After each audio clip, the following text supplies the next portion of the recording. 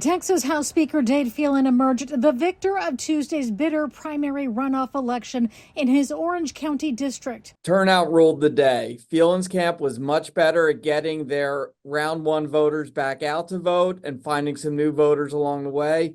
Covey couldn't match it.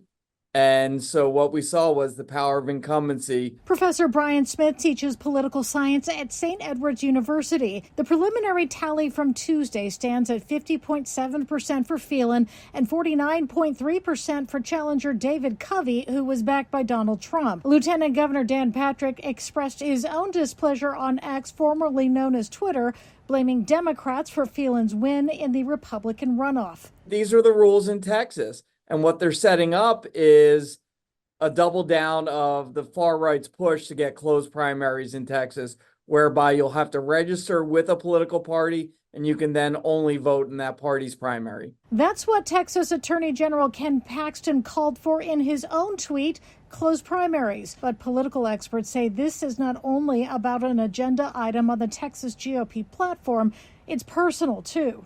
My take on that, at least from General Paxton's perspective, is that this is super duper personal. Now, we know that Lieutenant Governor Patrick also strongly personally dislikes Dade Phelan. Phelan presided over the House effort to impeach Paxton last year. Philip Kingston is a Democrat and Dallas attorney who once sat on the Dallas City Council. It's tempting as a Democrat to look at the chaos and infighting on the other side and be amused. And it is amusing. It's very funny, except for the fact that they're ruining our state. But last week, the Republican Party of Texas voted to include closed primaries in its platform, which signals what could happen in the state legislature next year. If they're serious about closing their primary, they would have to change state law, which would also allow Democrats to close their primary. I don't think closed primaries are the way our country is headed.